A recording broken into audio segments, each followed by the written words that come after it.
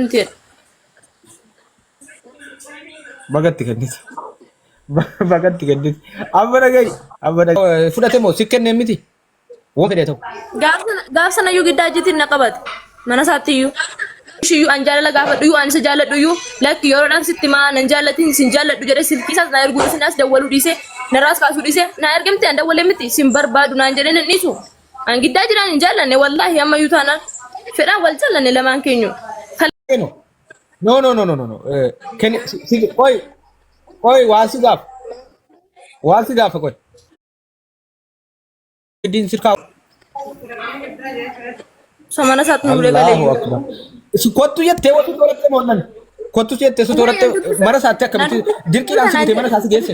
Bitanaan jedhe maaliif akkam yaaddu mee naafis yaada na dubbifte deebita namni wal jaalatu tokko yoo wal dubbise maara koo qabaree dhuguma waliin beenu miidiyaatti wal barre. No no no.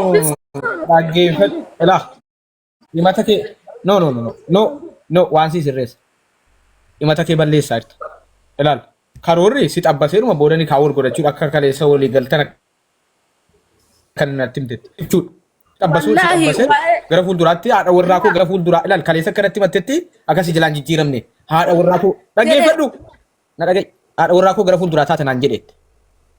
Si galee kanatti kenniteefis kanumaaf haadha warraa gara fuula duraati waan jetteefi kenniteef akkasii miti kaleessa akkasitteefa.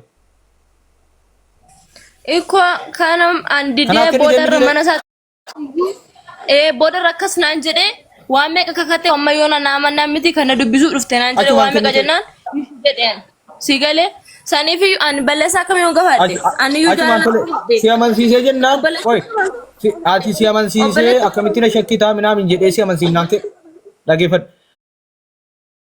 ati si amansiisee waan argisitti mee akkamitti gara fuulduraa akkas jedhee si amansiisnaan kennite miti isa si amansiise. Kan hunda na amansiise andidee nan hunda na amansiise ankeetu maaneessan na maalidha kun na harka jirta natu namatti si kennaara nama kan harkaa bor natu si fuudha naan jedhetu na kenne nama kanatti iyyuu natu bor si fuudha nama kan harkaati hamman gadi baasaa jirutti hamman ol galchaa jirutti gadi hin baasina ol hin galchina ana duuba kaarri tokko akka ishiin hin bitanne jedheeni itti na kenne gaafsan maaliif naaf yaadamaan anis yootuun jaalladhee gaafadhee qabamti obboleetti qabamti jaalladhee gabaasni duun barbaadu naan jedhu maachuu ni kana kana godhu.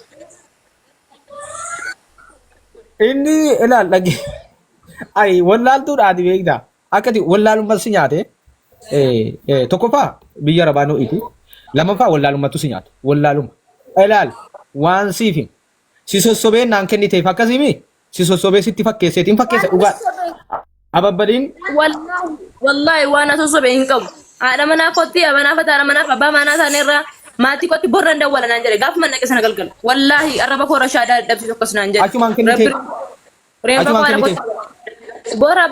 bor maatii kiyyattis nan dawwala maatii kiyya bor wallan barsiisaa nikaan sii dadha naan jedhe isan bira dhaqellee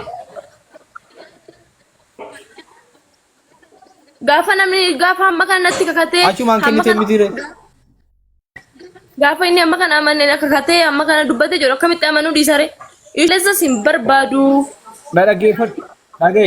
dhaggeek nikaa kee ganama maatii keetti dawwalee inni kaasi godhaa rakkoon qabu akkasii jennaan kennite miti reeti.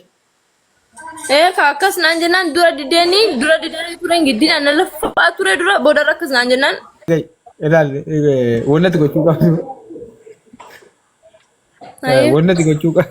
wannati gochuu qabdu fuudhii giddiin jechuu hin dandeenyu oosi jaallate garuu si fuuchuu danda'a. Yoo na jaallate naa fuudhu yoo jaallate mataadhaan haa dhaabbatu garuu maatii korraa waan hunda korraa na baasee booda rakkoo jira. Akkasitti walii gala. Ilaa akkasitti walii gala. An qophaa koo jira haadha korraa abbaa korraa fira korraa na baasee jira wallaahi nam tokko ati kan keenyaalee na faana haasaan jiru kan duratti galgala ganama maatiin firiinatti dawwalu har'a sababa isaatiin jibbamee jira. Har'a orma harka jiran fira harkallee hin jiru sababni tokko narra geennaan. Maatii ilaal dhaggeeffadhu.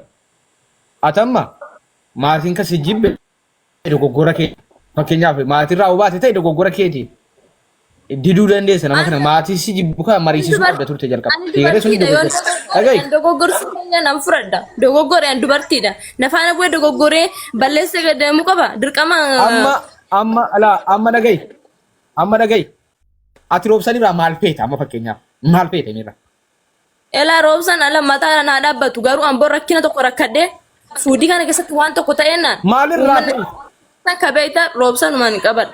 Maatiin kiyyaallee hin beeku dhagaanii jiru. Hunduma isaa dhagaanii jiru firri kiyya hin beeka. Boraan rakkoo biraa kee of galcha rakkoo biraa kee gala. Maalirraa feeta jechuun namni maalirraa dhaabbata. Soqonni diddama dubbata tokkuma. Qoy miidhagaa. Afirarraa baheen jira. Waan hundarraa baheen jira. Iddoon naquu hin qabu. Gaafa rakkadhee rakkina biraa keessa of galchee akka maqaa isaatiin deemamu nan beekaan. Akka maqaa isaa bahu. Beekama hundiniyyuu. Ana ragaratti deebi'uun qabu wallaahi. Ana ragaratti deebi'uun qabu. Kaleessa maaliif achitti na fuudhe? Na amansiisee kakaame kanatti qateemti kan achitti na fuudhe. Kan jara jechuun maal si fagoon Oromoon maal si fadhaga'u roobsan maal si fagoon. Ani mataa waan dhaabbatu roobsan giddaa maaf inni rumna reema. Way sin fuudhaadhaan miti kan firarraa na baasee sababa eenyuuti mee naa yaada.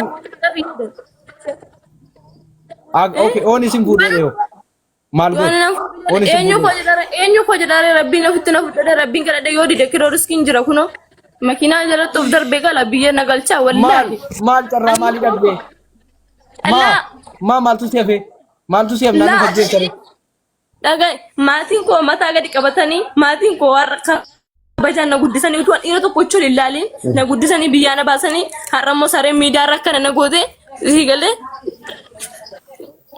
akka na goote maatiin koo har'a biyyaatti mataa carraan kennumne biyya lafaarraa ilaal dogoggoriin obboleetti maatiin koo ani maatii kootillee siif hagalu maatii kootillee waan jireetti deemu qabu siif hagalu. Wantu kun na dhaggeeffadha. Maatii kootillee waan jireetti deebi'eetti galee dubbadhu miti jarillee waan natti dubbataa jiran miti. Ani kana si gargaaru dhaggeeffadhu. Ani dhimma keessa. Nan gargaarina. Bakka dhiisa nan gargaarina.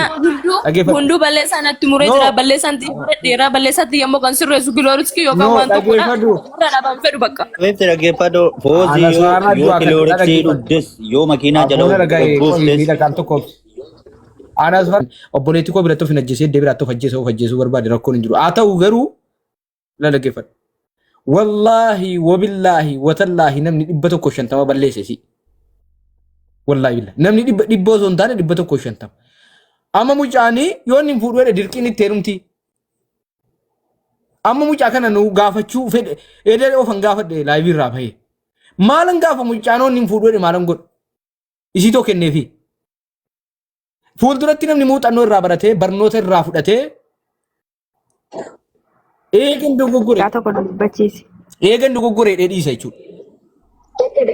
Namni eegan dogoggoree nama biraa jena jira nama kana maa jena jenam taate qubattu garaa salphatta kan kaan nama biraa isi ijaazaa buusaa maa buuta reeti waan baalaqee taateef bar waan hin taane ijaazaa buuta kate waan itti saree taateef ijaazaa buuta. Dikeetu gadin teessu sirab duukee walitti qabatte amma intalli kun garuu dirqama naa fuudhoo jettee oo karaa danda'amu jechuudha kakootti.